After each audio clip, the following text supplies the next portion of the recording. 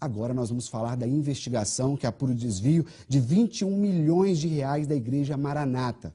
Ontem foram presos o fundador da igreja e outros 3 pastores. Todos são acusados de intimidar testemunhas, promotores e até membros do Poder Judiciário. Elcio dos Reis é o atual presidente da Igreja Maranata. Ele e mais 3 membros da igreja foram presos. Os pastores Carlos Itamar Coelho, Amadeu Loureiro e o líder e fundador da igreja, Gedeuti Gueiros.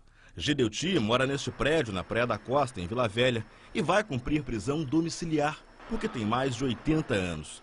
De acordo com o Ministério Público do Espírito Santo, todos são suspeitos de atrapalhar a investigação que apura o desvio de dízimo da igreja. Estava ocorrendo uma movimentação por parte de pessoas ligadas à Igreja Cristã Maranata, no sentido de intimidar e coagir algumas testemunhas a mudarem seus depoimentos. Ainda de acordo com o Ministério Público, as testemunhas tinham que prestar novos depoimentos na presença de pessoas da igreja. O Ministério Público do Espírito Santo aponta que 5 ou 6 testemunhas mudaram os depoimentos para favorecer os investigados.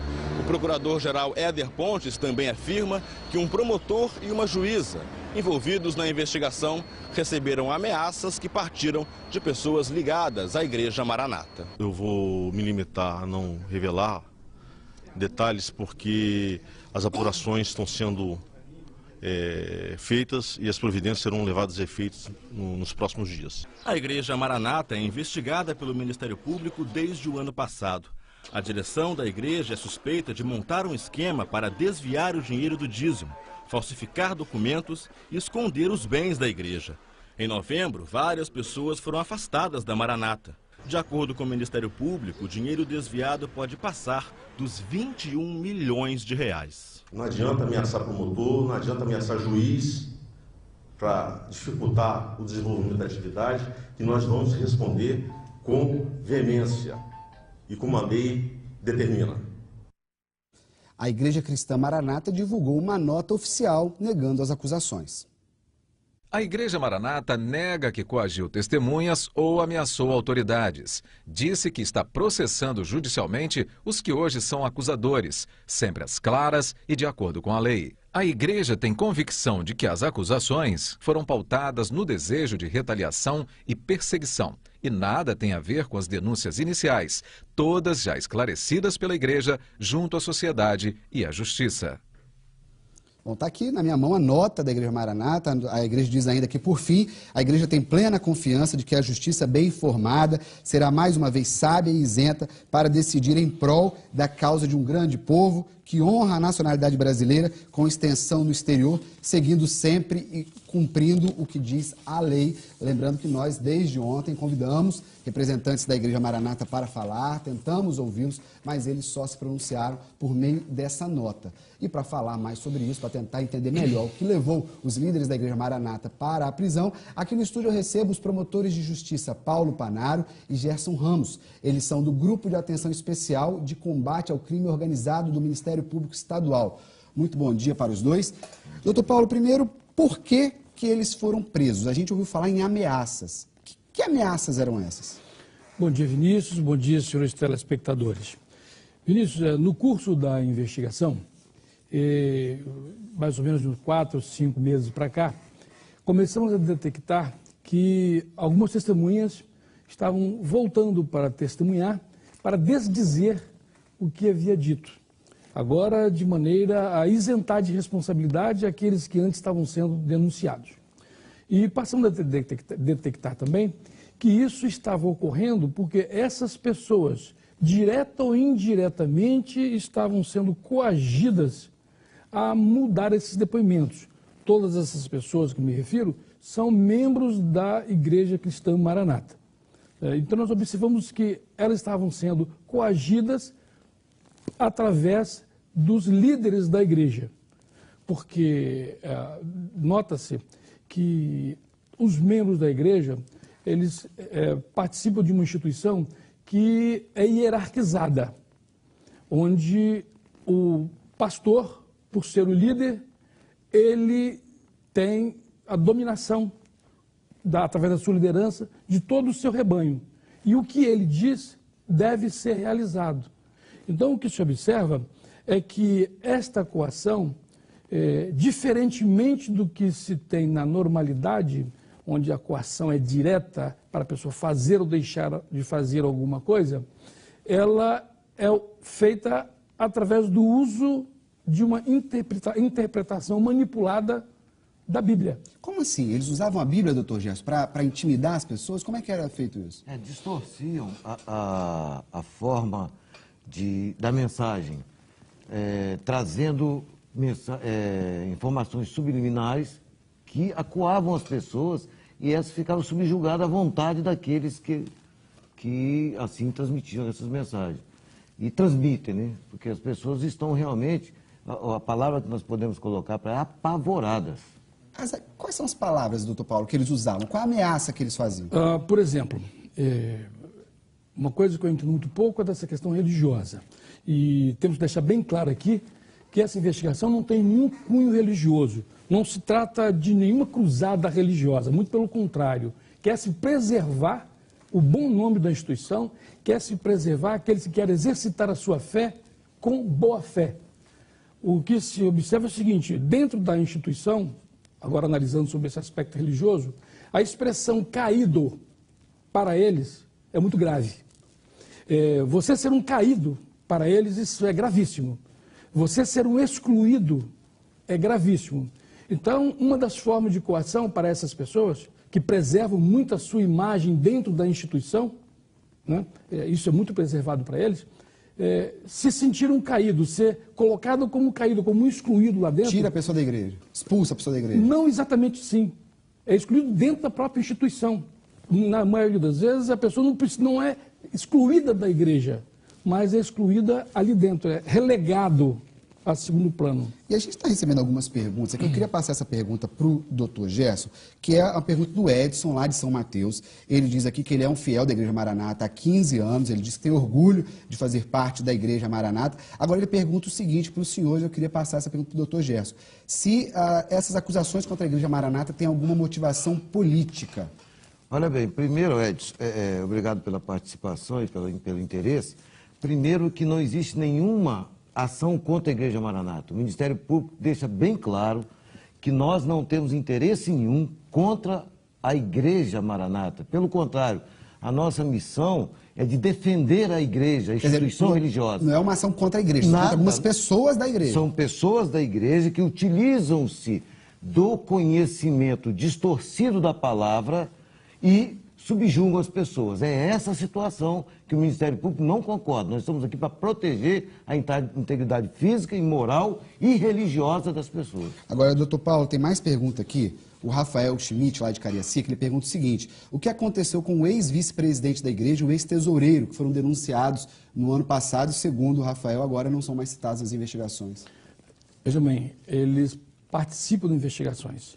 Alguns, por exemplo, que estavam sendo investigados nesta posição passaram a ser, inclusive, investigados colaboradores, porque confessaram seus erros, admitiram seus erros e passaram a contribuir com a investigação. Para esses, inclusive, tecnicamente, se comprovado esses argumentos deles, podem, inclusive, ser beneficiados pela lei, por se transformarem, como dá a expressão técnica da palavra, em réus colaboradores. Agora, doutor Paulo, também tem uma informação de que algumas dessas ameaças não seriam só por palavras. Algumas pessoas eram chamadas nos gabinetes dos pastores e eram mostradas até armas para essas pessoas. Isso procede? Veja bem, Vinícius, a forma de coação é através como o doutor Gerson disse, de coação subliminar, utilizando-se a palavra, utilizando-se o verbo. Né? A consequência se materializa através de depoimentos prestados às autoridades, desdizendo o que haviam dito, ou indo-se a cartório para, mediante escritura pública, declaração mediante escritura pública, passada em cartório, desdizer o que havia dito. Num dos depoimentos que a gente colheu, há uma citação en passant de que, numa dessas ocasiões, havia uma arma sobre a mesa. Mas a pessoa não definiu que essa arma estava ali propositadamente. Pelo menos essa é a interpretação. É como se ele tivesse chegado e a arma já estivesse ali. Mas aí a pessoa se ela teve essa finalidade, não está... Mas aí o dono da arma falou o que para a pessoa? Qual eram as ameaças? Eles diziam o quê? Essa pessoa que se refere, inclusive, que foi ao cartório declarar a mediante escritura pública o que havia dito, foi inclusive acompanhado de um funcionário daquela pessoa para, no cartório, esse funcionário praticamente ditar para o oficial, para o tabelião, os termos da declaração, para que a pessoa que ia fazer a declaração na verdade, ou seja, a vítima, apenas assinasse. Agora, essas denúncias, doutor Gerson, já são suficientes, essas ameaças, para colocar os 4 líderes da igreja na cadeia? Veja bem, a função do Ministério Público é levar às barras da justiça aqueles que desviam as suas condutas, não respeitam as leis. Nós não precisamos de todo um procedimento, via de regra. O Código de Processo diz que se nós tivermos prova material e prova de autoria, já se consegue fazer a denúncia. Toda essa apuração ela está consubstanciando provas para que tenhamos os elementos suficientes para galgar uma denúncia bem feita.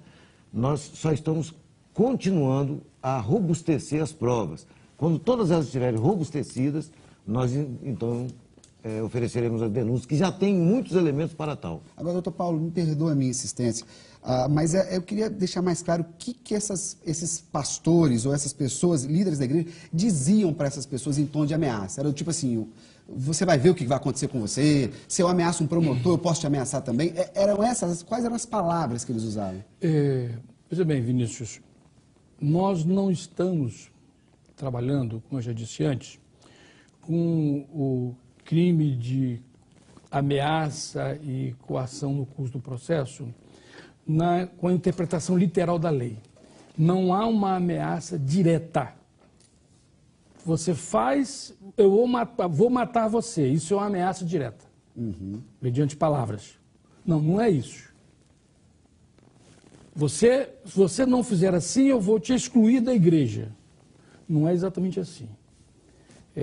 Você está prejudicando fulano, aquela voz baixinha, aquele bom tom, né? O que você diz prejudica a imagem da igreja. Fulano é uma pessoa excelente, o que ele está fazendo é muito bom para a igreja. Enaltece a pessoa que está sendo denunciada, para em seguida dizer que o que ele está fazendo o prejudica e, por consequência, a igreja. E os processos? Eles estão processando também pessoas? Outra forma de coação encontrada, e o que não é ilegal, digamos, podemos dizer dessa maneira, porque todos têm constitucionalmente o direito de exercitar o direito de petição, né? Então não há nenhuma ilegalidade nisso, mas a forma de coação encontrada também é a intimidação das pessoas, inclusive de membro do Ministério Público, né? A intimidação da pessoa através de ações judiciais, através da impetração de ações judiciais. Está vendo? Ó, já estou te processando agora, hein?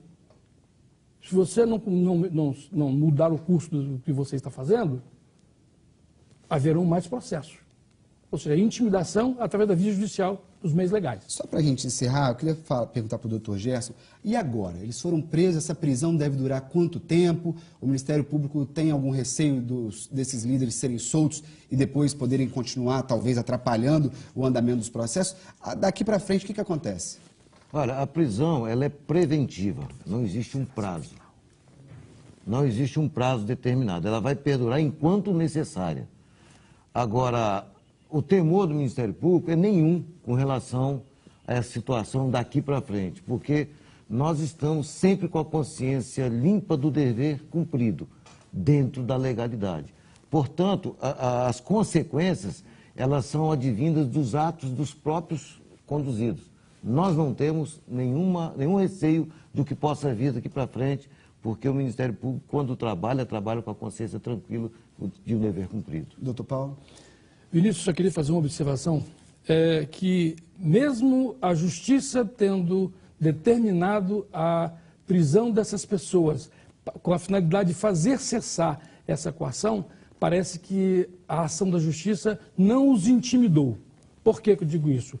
Porque ontem Final da tarde eu cheguei no meu gabinete e encontrei um documento assinado de uma das vítimas, dizendo que tão logo a imprensa começou a veicular a notícia de que esses líderes teriam sido presos, essa pessoa recebeu 3 telefonemas ameaçadores. As ameaças continuam. Dizendo que, fulano, você viu o que você fez? Eu vim de longe para te pegar. Vou só esperar a poeira baixar que você vai ver o que aconteceu, o que vai acontecer. Isso é muito grave. Isso está documentado no meu gabinete, datado de ontem, e eu tive notícia dele assim que eu cheguei no final da tarde. Quer dizer, isso foi ontem, no dia das prisões. Gente, exatamente. Isso que o doutor Paulo está falando é muito sério. Ontem, depois das prisões, já chegou documento lá no Ministério Público, no gabinete do doutor Paulo, dizendo que tem fiel que continua sendo ameaçado por conta das prisões. Uma das testemunhas já ouvidas pelo Ministério Público que foi obrigada, que queriam que ela se retratasse. Como ela não se retratou, isso está acontecendo com ela. E agora, o que acontece? Eu vou investigar as ligações, para ver se eu detecto os proprietários das linhas, para tomar as providências cabíveis. Olha, eu quero agradecer muito a presença aqui do doutor Paulo Panaro, do doutor Gerson Ramos, os promotores do Ministério Público que estão participando dessa investigação. O doutor Paulo acabou de fazer agora uma última denúncia agora aqui pra gente, dizendo que ontem, logo após as prisões, alguns fiéis da igreja, um fiel que prestou depoimento, voltou a ser ameaçado, recebeu telefonemas anônimos, agora o Ministério Público vai continuar investigando. E eu acho que o principal recado, eu acho que fica, tanto do doutor Paulo quanto do doutor Gerson, é o seguinte: o Ministério Público não está contra a Igreja Maranata, contra os fiéis. Essa não é uma questão pessoal contra a igreja, não é uma briga religiosa, nem uma briga política. É uma questão contra pessoas que estão no comando da Igreja Maranata, que estão aí de acordo com o Ministério Público, fazendo uma série de irregularidades. Essa não é uma disputa religiosa, não tem nada contra os fiéis que querem exercer a sua fé, de boa fé, digamos assim, né? Eu diria, Vinícius, que essas pessoas estão usando a boa fé das pessoas para se locupletarem ilicitamente, usando ilicitamente os cargos que ocupam. Quero agradecer muito a presença dos 2 promotores aqui no estúdio do Bom Dia.